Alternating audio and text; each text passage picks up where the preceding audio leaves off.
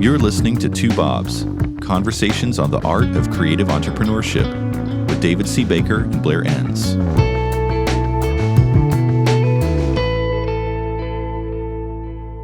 David, we were pretty snarky in a recent episode, but I think you and I had a lot of fun where we did creative bullshit bingo. Do you want to go there again? I wasn't sure what people would think of that. I think they enjoyed it. They saw themselves. They were properly shamed. And that's one of my goals in life is to shame people. So that's why we're here. Yeah. So I thought it worked pretty well. We got some comments that we were a little wound up, a little too snarky. That surprises me. Do people think of me as some boring academic or something? What, like I don't have a personality? Where does that come from? I don't know. Well, let's keep drawing that personality out of you. Let's do this again. The topic today is what is it normal people think when they see inside your firm? Yeah, what normal people think when they see inside a creative firm. What muggles think. Yeah, implying, of course, what ordinary people who aren't as weird as you think when they look inside your firm. And what's the impetus for this? Well, it kind of was a backdoor realization. I was working on an acquisition project, and I remember being struck by all of the things that an external investment bank type person thought about the firm. They were just flabbergasted, like, what are you guys doing in this industry? This is crazy. And they were just taken aback by so many things, wondering, and they were looking at it from a financial perspective, obviously, and they couldn't understand why anybody would get excited about this field. Yeah. And I don't share that perspective at all. I love this field, but I certainly understand why they felt that way. That's what got me thinking about it. But do you own any stock in like WPP or Omnicom or IPG? It's a laughable idea, isn't it? Unless you sold a firm to them. Why would you buy that stock? Yeah, we're laughing. This industry is completely dear to our hearts, and we're just sneering at the idea of investing in it. Yeah, that is funny. Well, we haven't been fired yet, so let's keep going. Okay. Yeah. So what normal people think when they look inside your firm, and when you sent me this topic, I was laughing because I recall my first job in the creative firm biz, working for an ad agency, and being in it for maybe a year or so and explaining to my friends like how we did things. And they would look at me like I was from Mars. In new business in particular, and we'll get to that because it's on the list. And I would say, no, you don't understand. It's just like, it's the way it's done. And they would go, right. Yeah, it sounds stupid. But when you have all these people just like you around you every day, you just accept it as normal until you kind of step outside the city and you realize that people live in different ways. Yeah. And to be clear, this isn't all us dunking on creative firms, like taking these cheap shots, because there's some things about your firm that are just absolutely marvelous and wonderful, like many things. And when outsiders come in and look at it, they're awestruck by some of the things that they see. So it's a two-sided coin here, and we'll try to be somewhat even-handed, right? Yeah, we'll see how successful we are at that one. Why don't you take the first one? Okay, so we have a list here. You sent me a list of a bunch of points, and in 60 seconds, I dumped a whole bunch there. I just laughed my ass off when I was reading the ones that you added. I want you to start with this one. This looks like a really fun place to work, and then I added something in parenthesis. But that's it, right? They walk in, they're used to working in a bank or a manufacturing plant or whatever, and they walk into your firm, and it's like, wow. Yeah. I got to be careful how I talk about this. I don't want to get in any trouble, but I've seen this play out in terms of certain kinds of employees. So let's say you still have somebody at the front desk. This is pre-2020. Yeah. You have something at the front desk, or maybe somebody answering phones or doing office kind of stuff. And you don't want to overpay for this. So you reach out to some older folks in their 50s and 60s, and you have no problem convincing them to work at a fairly moderate pay rate because it is such a cool place. And you attract some of these older folks who aren't even from the industry, and they're just blown away. Every day they love coming to work because people like to be there. It's fun. There's great colors. There's freedom. There's stuff to do. There's snacks everywhere. You order lunch in for everybody, and there's all these other things. So it is a really fun place. It genuinely is. We're not making fun of this. This is like a benefit. And people that don't understand this field, they're thinking, man, I want to be a part of this too. This looks fun. I remember being 24, I think, and going to work for a multinational ad agency and going into the big national head office, and it was like everybody's like my age and up, but it was like a college dorm.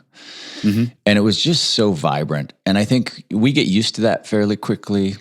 But as you say, somebody else comes in and is just kind of completely enamored by it. And the proof is you can pay them less because they're enamored by it. What are some examples? I'll give you one example. So I have a client where cannabis is legitimately smoking at any point in the office, at any point of the day. Oh, yeah. Yeah. Yeah, we have those clients too. Yeah. What other industry would do that? I can't see a law firm or an engineering firm, especially engineering firms that build bridges, right? Yeah. Oh, this is great. What a great industry. I remember an early client, 2003, I think, going into their office and a very creative shop that had won multiple awards. And they had this 2-story office in this beautiful brick building. It was the first kind of independently owned, really cool agency I'd been in where you walk in, it feels like a restaurant because there's this big espresso bar. And it was like, wow, this does not feel like a place of work. But they had this spiral staircase going up to the second floor. And underneath the staircase, all the awards they've won, they threw them in a pile. So it was this massive pile of awards. It was like, yeah, here's another award, throw it on the pile. And I was just struck by the cheekiness of that move. Yeah. Yeah, you don't see that in a law firm. No, you don't. The next thing you have on your list here is they sure pay people a lot of money. Yeah. Now, the people who get paid a lot of money don't feel like it's a lot of money, but the labor choices made are distinct. You are hiring for very specific expertise, cultural fit, often political leaning, or at least philosophical leaning, if not political. People who weren't really educated for this, they sort of landed in it, but they have many choices. They're self-starters, they're articulate, they can go somewhere else. The percentage of our total revenue that we pay for people is out of balance. I'm not saying it's wrong or we should fix it. I'm just saying it doesn't fit other industries. And outside financial advisors look at this and say, wow, you all spend a lot of money on people. Yeah. I was surprised to see that on the list because I think we just kind of get used to it. But as you point out, it's not everybody. And I remember being in one of my earliest agency jobs, hearing about a creative director making $1 million a year. Yeah. In a paid salary position. Now, that was a big agency.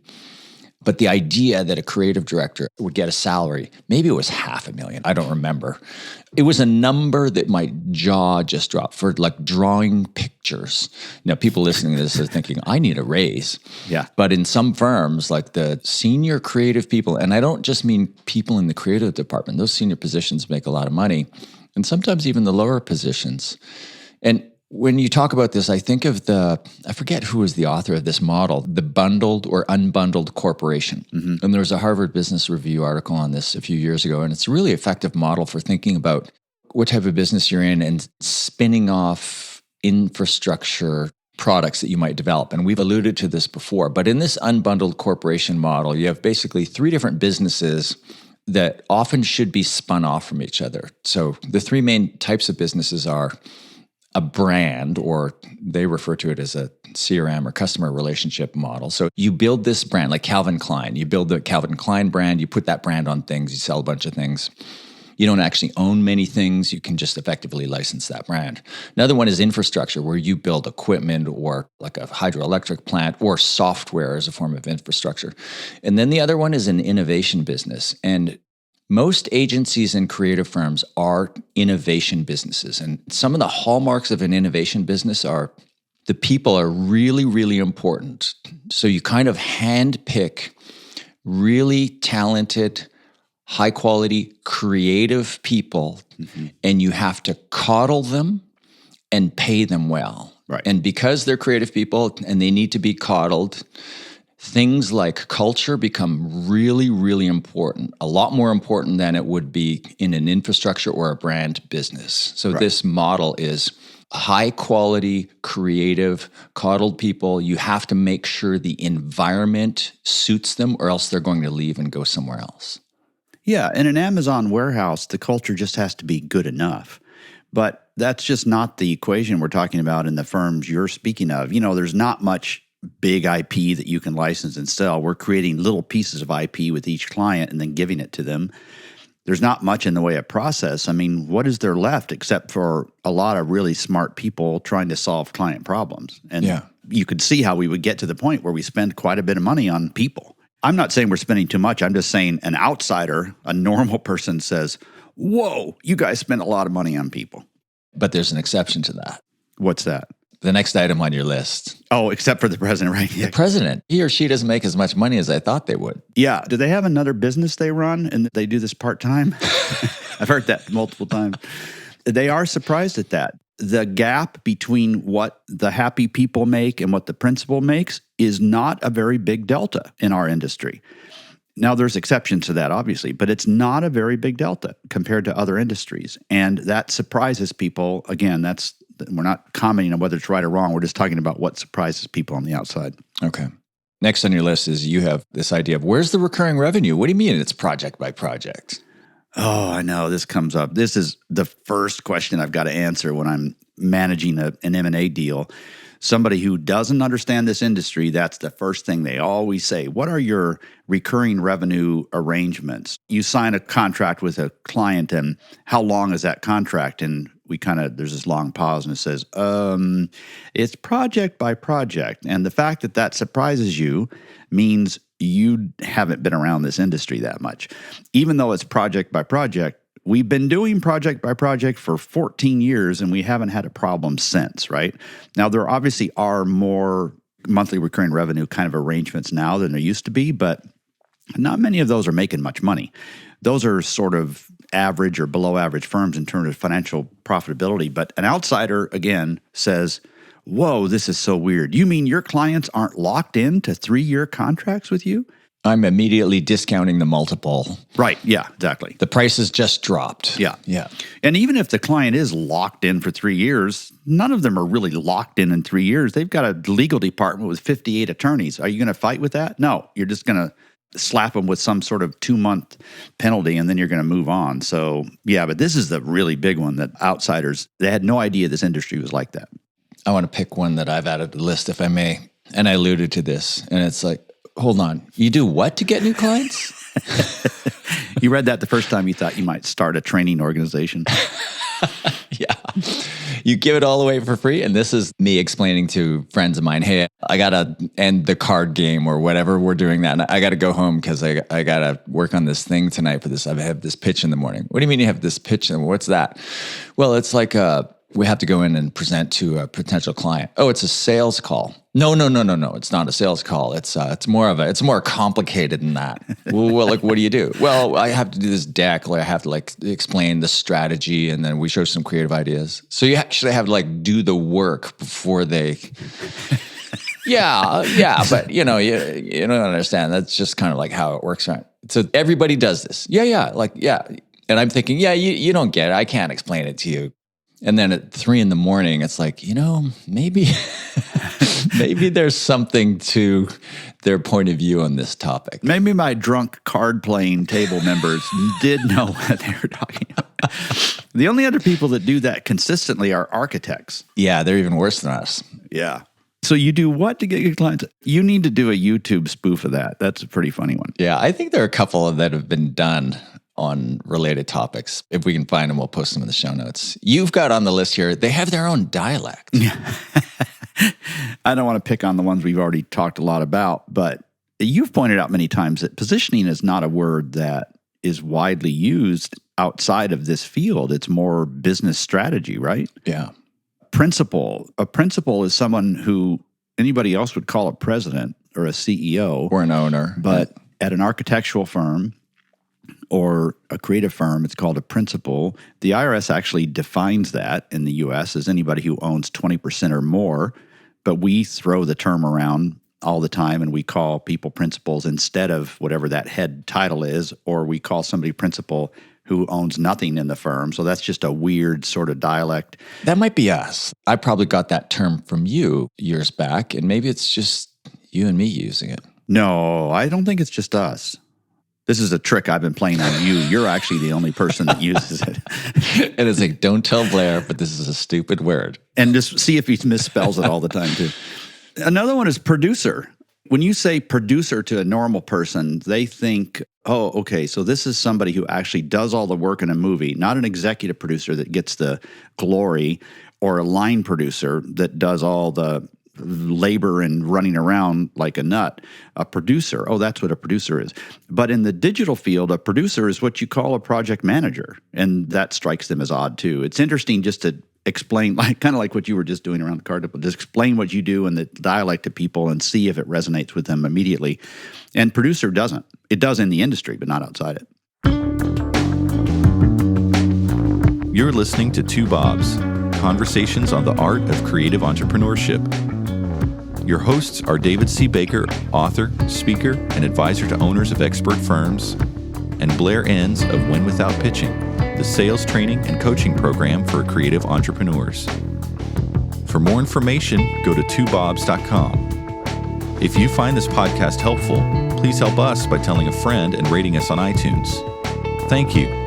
Now back to David and Blair. Here's a really interesting one. What do they do? I can't tell from their website. And then I added, they're in the solutions and results business. I tweeted something a little snarky this morning. I said, if prominent on your website is a statement that says a logo is not a brand, then you are targeting people that don't already know that, and they're not going to be great clients. But we kind of make those statements all the time. We're in the solutions business. Like, I did a survey of all the other firms out there, and I found out they were not in the solutions business. They tried it, and it didn't work for them. It was too satisfying. So now they are not in the solutions business. That should have been on Creative Bullshit Bingo, solutions and results. Maybe that'll be in the second episode. You've got to explain this one about the creative director, because I thought that was hilarious. There's got to be a story behind this. How come nobody makes eye contact with the creative director? What does this mean?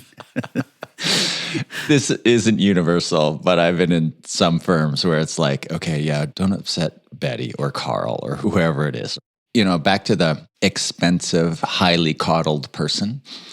Like in many families, there's the person with the problem. It can be a health problem. It can be alcoholism. It can be manic depression. It can be whatever. And I don't mean to make light of this, but families learn to be super keened into a person. Not all families, but if there's any kind of level of dysfunction that arises from usually some sort of health challenge, it can be mental health, it can be physical, it can be emotional, it can be whatever.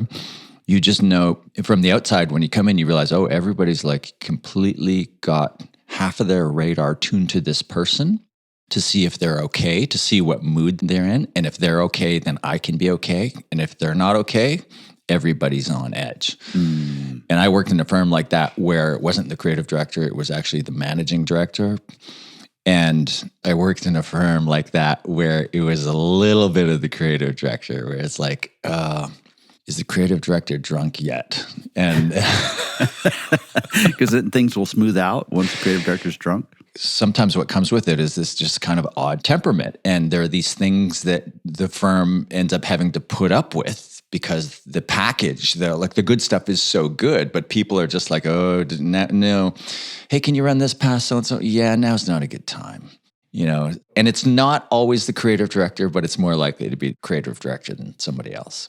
Yeah, like if you think of an actor or actress that has a reputation for being really tough on set, but they're so good, you just put up with it. It's that same sort of thing, right? But it is the creative director or somebody who is so good that you tolerate some assholeness from time to time, which is something we've talked quite a bit about. You know, the other one is the research director. Really? Or the strategist, yeah. Now, this is the only field, the only role that's different from country to country. So research and strategy people are usually more research-driven in Western Europe and Canada. In the U.S. and Australia, they're more sort of consulting cowboys. They come up with ideas, and then they go look for secondary research to support them. That's a wild overstatement, but there is some truth to it when I did some research on this. And the very best researchers and strategists are often not all that great with people. So you have a meeting the next day and you go to them and say, hey, you know what, Fred, you look great in that green collared shirt you have.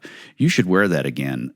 And by the way, these are the 4 things that'll probably come up. Let's not pursue this one. Let's just let it sit. We'll not talk about that one. And then you go to the meeting the next day and everything is great. And you walk out of the conference room and you just sort of wipe your forehead in relief that the strategy director performed well. And you take Fred and you put him back in his office and you keep sliding food under the door until the next meeting. People don't get that who look in the firm from the outside. There's like, why are you embarrassed about your research director? They're often very dogmatic and they're driven by just the truth. And that's more important to them than how the truth is presented. So this isn't always true, obviously, but it's just sort of an interesting thing to think about. Huh. That might be a future episode. What's this line? I think you put something, I added to it, you added to it. Yeah. So I think you own this statement. I've always loved dogs, cappuccinos, and foosball. I should get to know one of these creatures. What do you mean by that?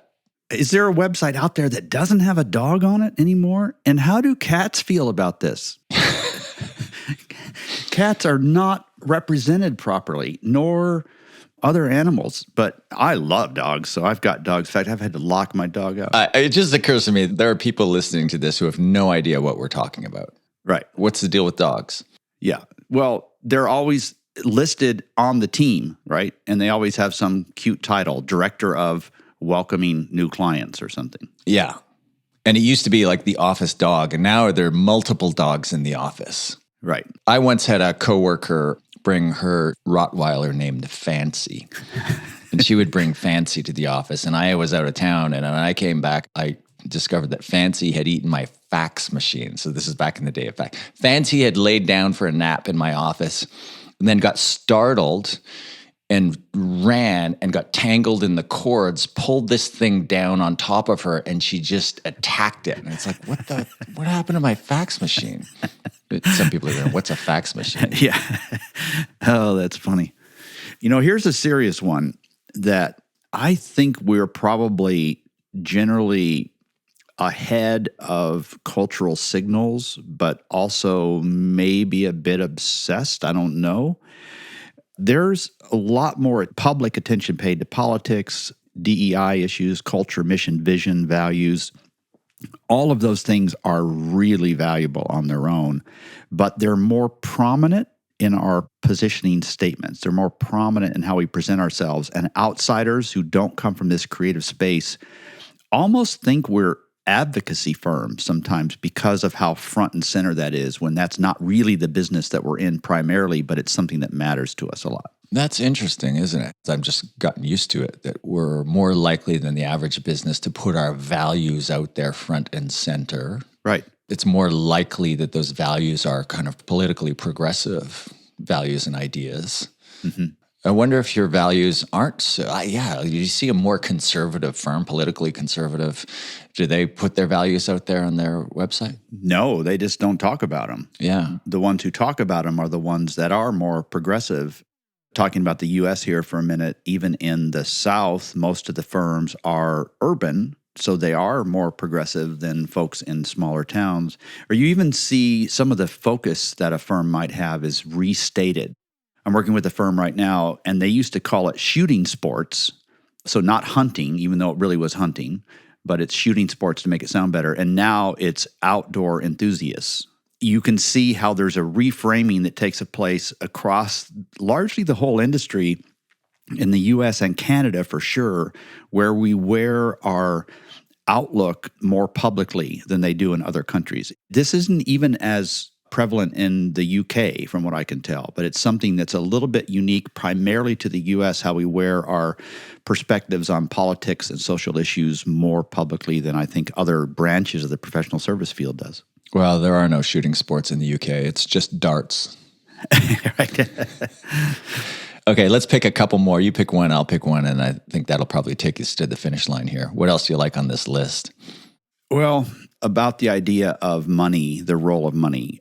We didn't talk about profitability issues, but we talked about what money the principal or president might take home and how much money we give to employees, valued team members, and so on.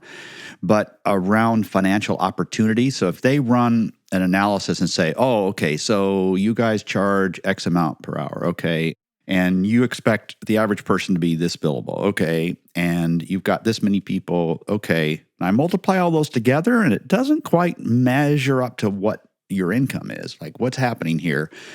And then you have to talk about, well, we're kind of underpricing in some cases. And then sometimes clients, really great clients, they push scope and we don't beat them up over it. And this is somebody that last week was negotiating to buy a store, a retail store. And if you ran a retail store like that, you'd think this person was absolutely nuts. Let's take things off the shelf and let's pay for most of them, but not the rest of it.